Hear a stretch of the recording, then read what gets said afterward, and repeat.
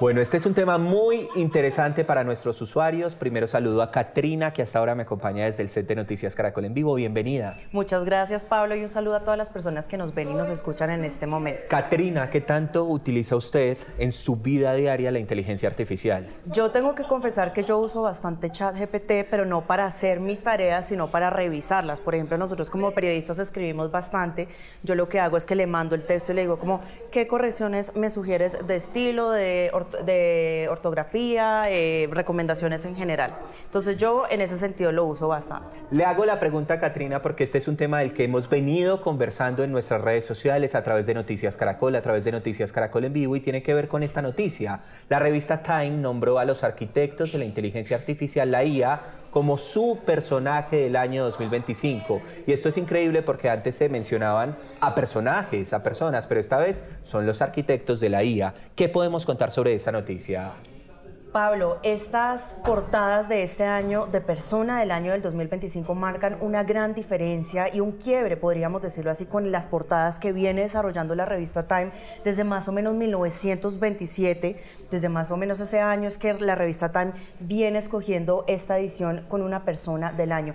Y esta vez, como vemos en pantalla, son dos portadas. Esta segunda son varias de las personas. Ustedes podrán identificar algunas de esas personas que llama la revista Time los arquitectos detrás de la inteligencia artificial. Podemos ver ahí a Mark Zuckerberg, el famoso creador de Meta, y algunos personajes más. Son varios personajes reconocidos por crear algunas de las plataformas de la inteligencia artificial. Esta segunda imagen es bastante curiosa, Pablo, porque le hace un guiño a una imagen muy famosa llamada Launch Atop a Skyscraper, que es una imagen que representa la evolución de la ciudad moderna de Nueva York, que les mostraremos en unos minutos. Estas imágenes nos están hablando entonces, según Time, de cómo está cambiando esta era con la inteligencia artificial, de cómo está formando toda una nueva realidad la inteligencia artificial. Y precisamente para allá quiero ir porque la inteligencia artificial, sin duda, Catrina, nos está permeando muchas de las actividades diarias, y no solo la IA,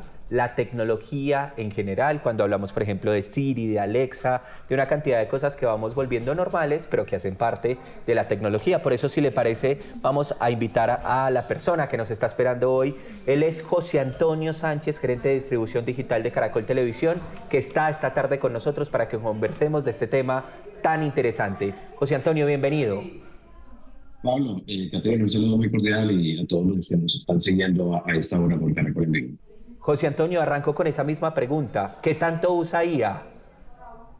Bueno, todo el tiempo lo estamos usando desde que nos levantamos y pedimos a Alexa, o vamos en el auto y pedimos que nos ayude a navegar por la ciudad, o cuando llegamos a la oficina y tratamos de escribir un correo, pues el autocomplete de Gmail nos está haciendo el trabajo. Es una interacción permanente y casi que inadvertida por parte de los ciudadanos. A veces creemos que la inteligencia artificial es algo que viene, que es una promesa que está por cumplirse, pero de hecho ya está en nuestras vidas de una forma muy integrada y de una manera muy útil para todas las acciones e interacciones que nosotros desarrollamos en el diario vivir. Que sí, y ya vamos a ir conversando poco a poco cómo están esas interacciones, pero mire, fíjese que la gran apertura de esta entrevista es cómo estamos permeados en temas de tecnología. Hay una pregunta que yo tengo y es una pregunta que creo que todos nos hacemos y uno se hace en el día a día con las personas con las que conversa sobre inteligencia artificial. ¿Usted cree que la inteligencia artificial va a reemplazar algunos oficios o algunas cosas, o cómo cree que se va a seguir desarrollando esta herramienta? Sí, sin duda va a haber como un cambio.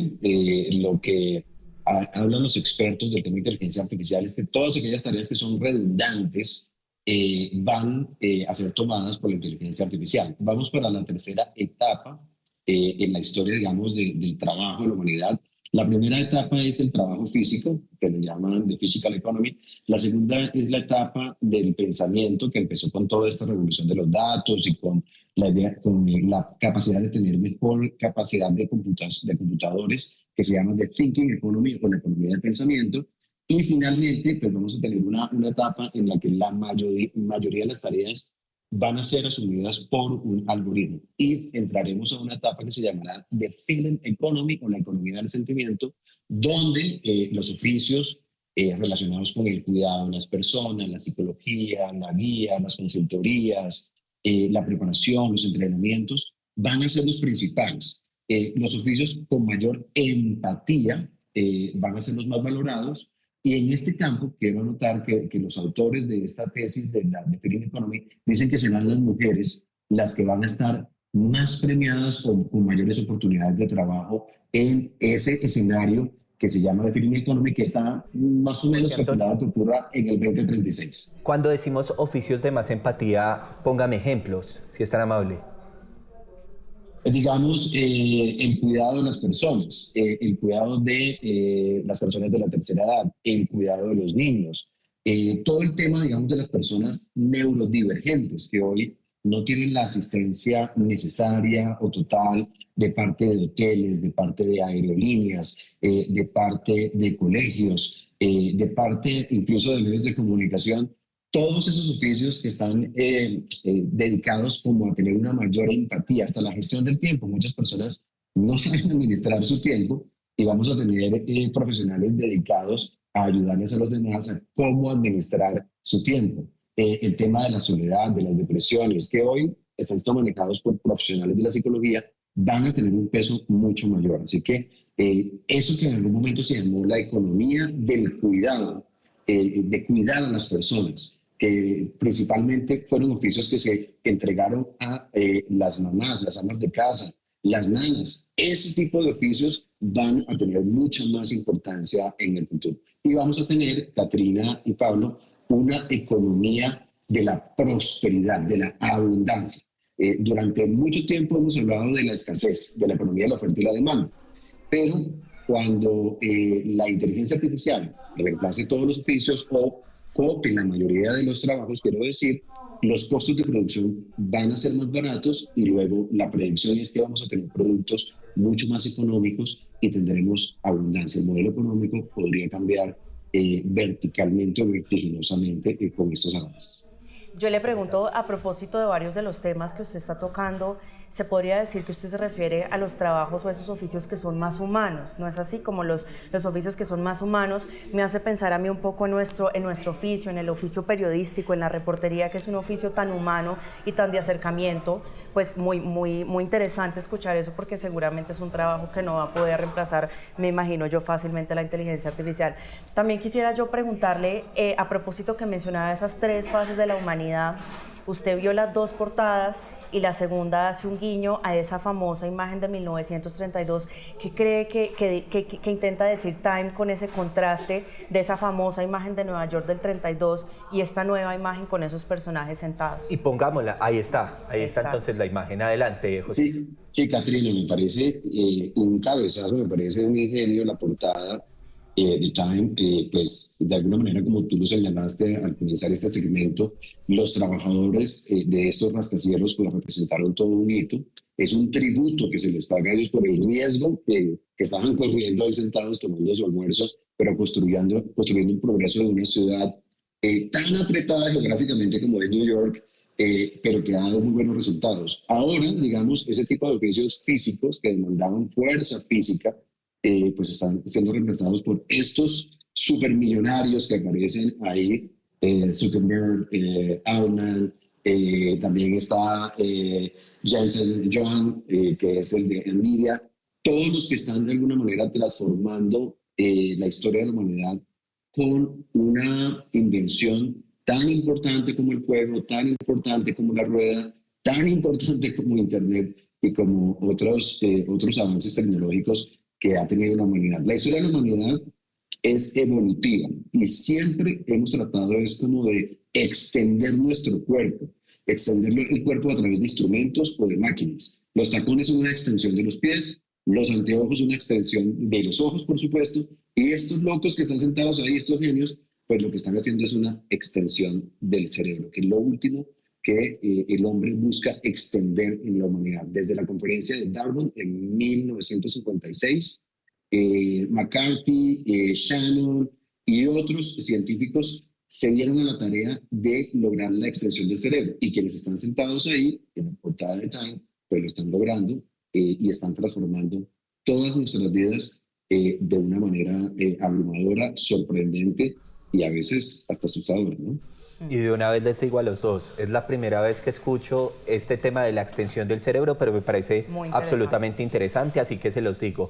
Y hablando de la extensión del cerebro, José Antonio y Catrina, hay un tema que no podemos dejar de conversar que tiene que ver con la salud mental. ¿Por qué se lo pregunto a los Gran dos? tema. Y les voy a contar una historia. Porque resulta que muchas personas están consultando el ChatGPT justamente para que les dé recomendaciones en materia de salud mental. Tenemos ahí, por favor, muchachos, en el pilot la historia de suicidio. Y voy a contarles esta historia y vamos a hablar. Esto está mencionado en el artículo de Time. Voy a comentarles un poco a los dos. Los padres de Adam Brain, un joven de 16 años que se suicidó tras establecer un profundo vínculo con ChatGPT, demandaron a OpenIA, o sea, la Open Inteligencia Artificial, porque dicen ellos, empezó a utilizarlo, ahí lo estamos viendo, para que le ayudara con los deberes sin ninguna mala intención y 5 meses después se quitó la vida. Entonces, Catrina y también José Antonio, ¿qué tanto podemos abusar de este tema? Es decir, podemos ir hasta un punto, podemos verla como una herramienta, pero cuando empezamos a pedirle, por ejemplo, consejos personales, José Antonio.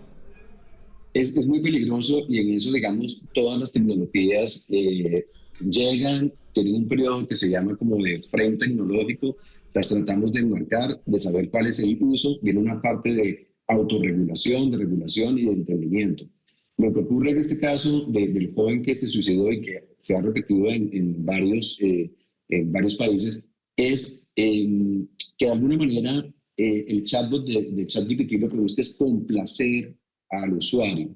Entonces crea como una suerte de loop o de círculo vicioso en el que casi siempre le está diciendo sí a los requerimientos de esta persona. Por eso es muy importante que los usuarios, y sobre todo los menores de edad, tengan como una suerte de guía en estos primeros años de uso. No en vano, digamos, países como Australia han iniciado procesos mucho más radicales como el prohibir el acceso a redes sociales a menores de 16 años. Entonces, más importante que, digamos, descubrir o que asumir la inteligencia artificial como una moda, es aprender a usar esta tecnología. Es cómo lo hacemos, que es el debate que hoy tenemos en las universidades. En las universidades mis compañeros profesores siempre dicen no se puede usar inteligencia artificial. Y Salman Khan, que es el creador de Khan Academy, dice lo importante es integrar la tecnología y la inteligencia artificial de una manera responsable. Entonces, no es que le pidamos que escriban para nosotros los ensayos, las tesis, los trabajos de grado, sino que escriban con nosotros, que es una diferencia muy grande. Entonces, hay que calibrar muy bien este dispositivo o esta tecnología y saber emplearla. Hacer lo que algunos llaman como el detox o el desconectarse también un poco de la tecnología y volver a conversar. Yo he encontrado aquí en Bogotá varios cafés donde dice aquí no hay wifi, no hay conexión a internet. Hablen. Eso es lo que tienen que hacer. Entonces yo creo que hay que equilibrar mucho el uso de inteligencia artificial y si bien es una gran herramienta, nos va a dar muchas posibilidades, no hay que olvidar ese aspecto empático que tanto le llamó la atención a Caterina sobre los oficios que van a reinar en el futuro. Equilibrio me parece que puede ser un resumen para esa respuesta para todo en la vida, pero por supuesto para la tecnología, Catrina. Me surgen ahí dos preguntas y es, la primera, ¿usted cree que la humanidad es consciente o esos líderes que están retratados ahí en esa portada de Time de lo que están desarrollando? Pues digamos, nosotros las generaciones mayores estamos un poco más conscientes de los peligros que puede tener, pero las generaciones más jóvenes que vengan, ¿usted cree que van a ser conscientes de los peligros que puede implicar esa inteligencia artificial? De pronto, pues es muy difícil generalizar, Caterina, en este aspecto. OpenAI de Altman surgió como una organización no gubernamental y no buscaba ningún tipo de beneficio, pero dado el poder que esta herramienta puede entregar a un país, que puede entregar a un régimen, a una nación, es muy difícil, digamos, evitar caer en tentaciones desde el punto de vista del armamentismo que puede haber, desde el punto de vista de no hacer nada y dedicarse al hedonismo completamente, y otros aspectos aquí como la privacidad de las personas.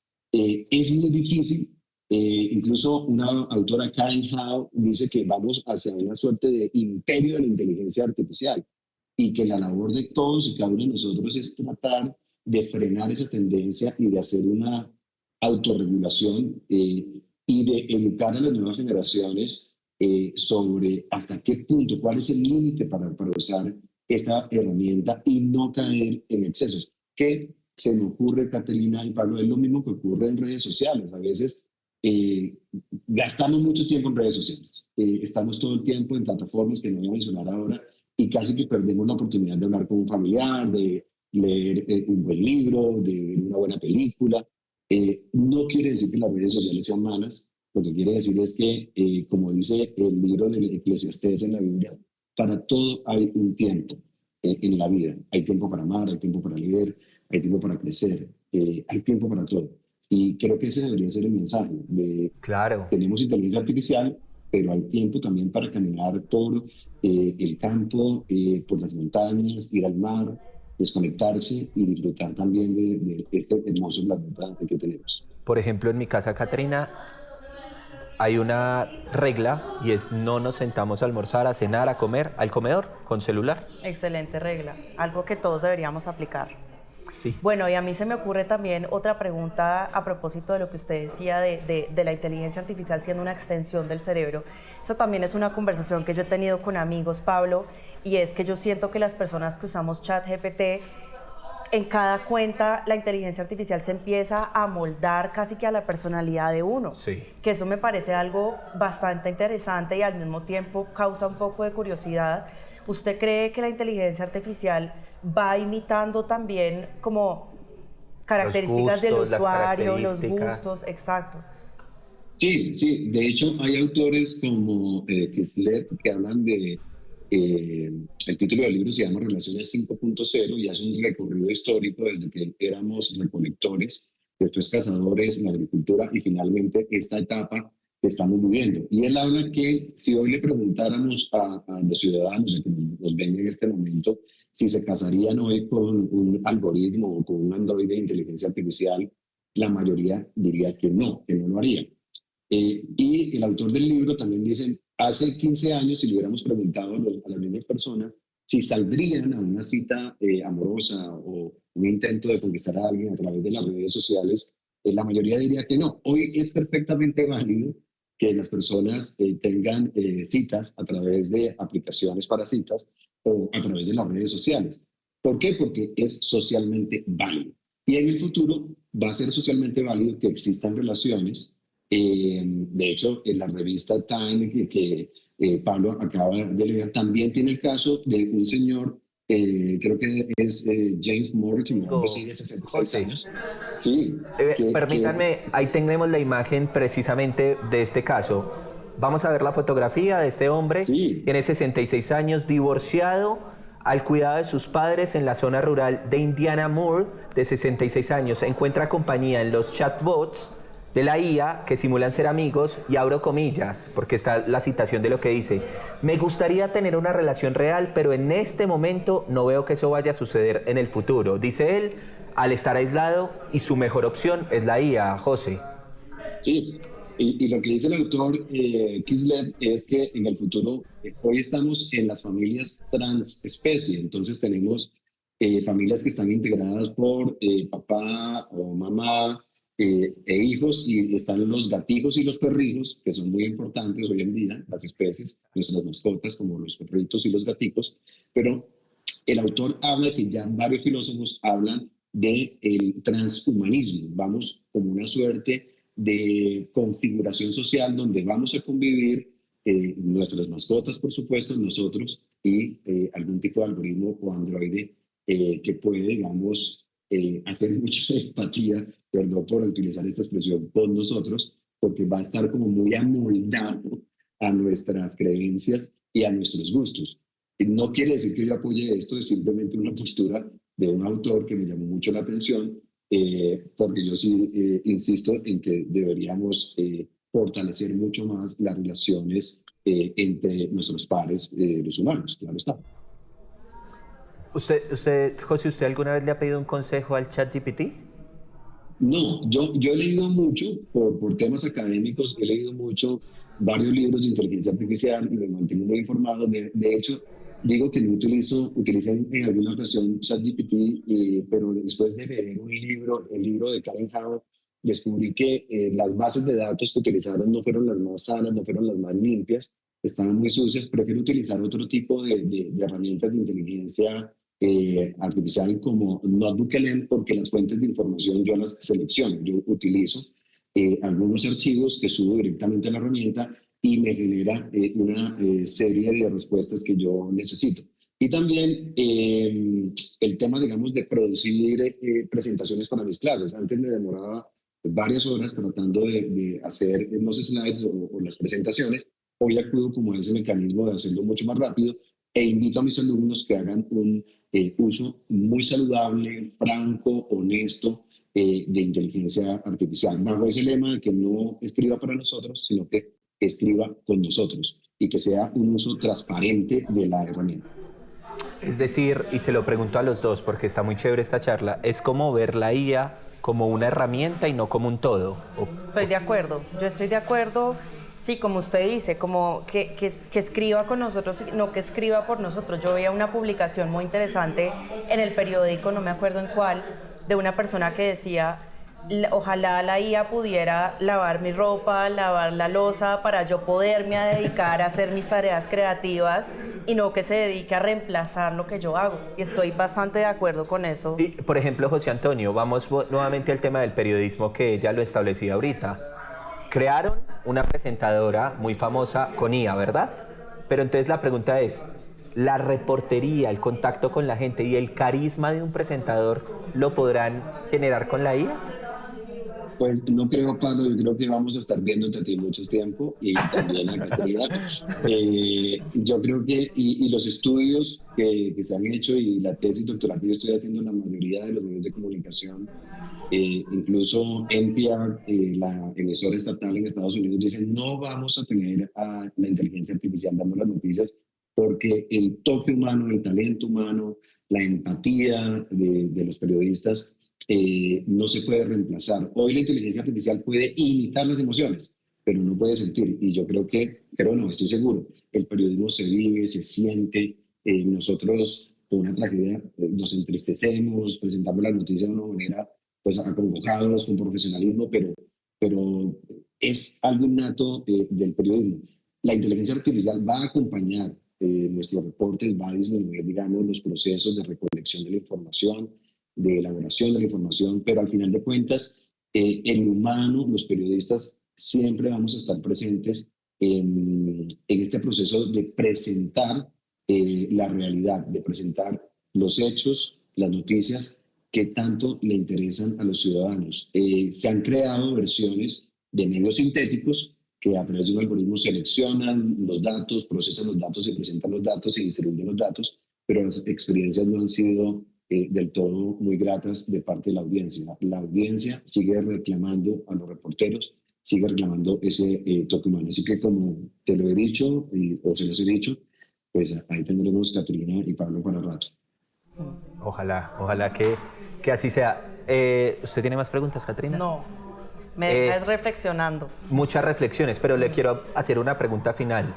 Hace muchos años, cuando aparecieron las lavadoras, las mujeres que se dedicaban a lavar ropa estaban muy preocupadas porque habían aparecido las lavadoras, pero muchas de ellas evolucionaron y se volvieron administradoras de la lavandería. Entonces mi pregunta es, ¿podemos evolucionar, con esto creo que lo despido, podemos evolucionar y usar la IA para volvernos extraordinarios en lo que hacemos? Claro que sí, la pregunta es, que debemos hacernos es cómo me veo yo en 3 años, en 4 años o en 5 años con inteligencia artificial. Y no asumir esto como que soy un usuario, sino cómo voy a transformar yo mi vida con la inteligencia artificial.